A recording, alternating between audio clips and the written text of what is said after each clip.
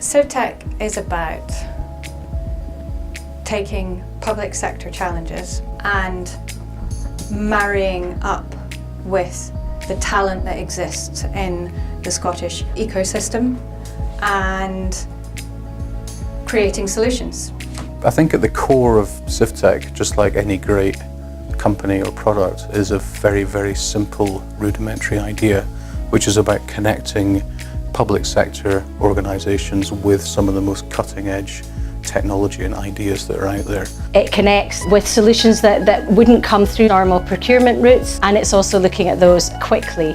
By driving daring and innovation into the public sector, everybody in Scotland is benefiting. CivTech has an opportunity to really democratise the public parts. SIF Tech Beta was a real gamble in some ways. Beta was hugely exciting. And actually, it worked really well. CivTech too needed to prove that that wasn't a one-off, and that there were more public service challenges to be solved, and also that there were more companies hungry to be involved in the accelerator. Unless we've got something we can replicate time and time and time again, it's not going to work. It was a very different scenario from the pilot. We're now more of an established thing, which comes with a certain amount of responsibility as well. We have more demanding challenge sponsors, we have more demanding companies, we have more demanding paymasters. We need to clearly show that the results that we have are tangible and they're kind of out there and open. It was a bit easier this time around to get people to come to the table to talk about challenges. Now if I go to places and say I'm from CivTech, it's people going,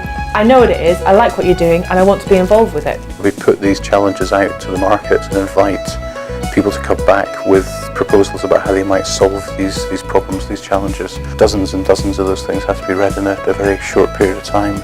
And we filter those down to a small number that we take through to the exploration phase, and then choose one to come into the accelerator programme. 3-4 months of incredibly intensive work for the companies. We start with a very rigid plan, but very quickly that starts morphing and changing. I think we've done a system that's rigorous enough but flexible enough to accommodate just about anybody we've come across. The most exciting things come out of organised chaos. I think if you know exactly what you're going to be doing 3 or 4 months from now, you're not going to end up with something amazing. There are wonderful moments. And you kind of look around and suddenly realise there's this hive of activity and all this amazing stuff going on. Where teams suddenly make breakthroughs that completely transform what they're doing. You know that incredible ideas and products are being worked on.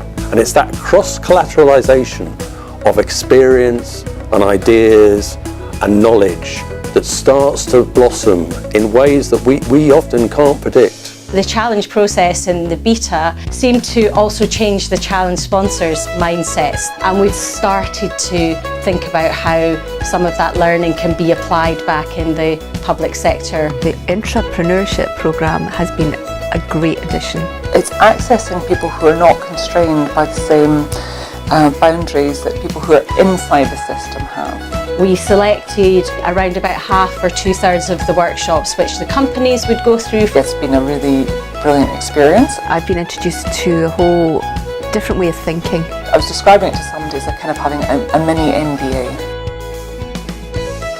Equality and diversity is really important because it creates better products. It makes really good sense. But there is a temptation to talk about these things and do nothing. So we decided at the beginning of CivTech 2 that we'd do things. Our positive action in this area is having results. When I walk through the accelerator, it's still not 50-50, but it's a work in progress. We are significantly above the industry average.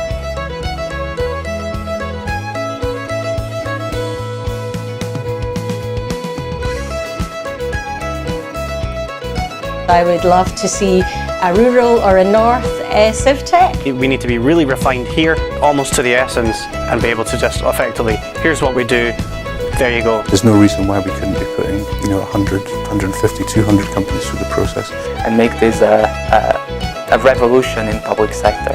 I'd like to see a CivTech on every continent. Imagine a world where everyone is connected in this. We can't keep doing things the way we've always done them, we know that. The real opportunity here is to embed CivTech in the landscape, because if we do, there'll be a continuation of the flourishing of creativity, daring, innovation and efficiency, and this wonderful sense of collaboration. And so we'll be able to say of public services, Not, oh, this can't be done, but rather, this is the art of the possible.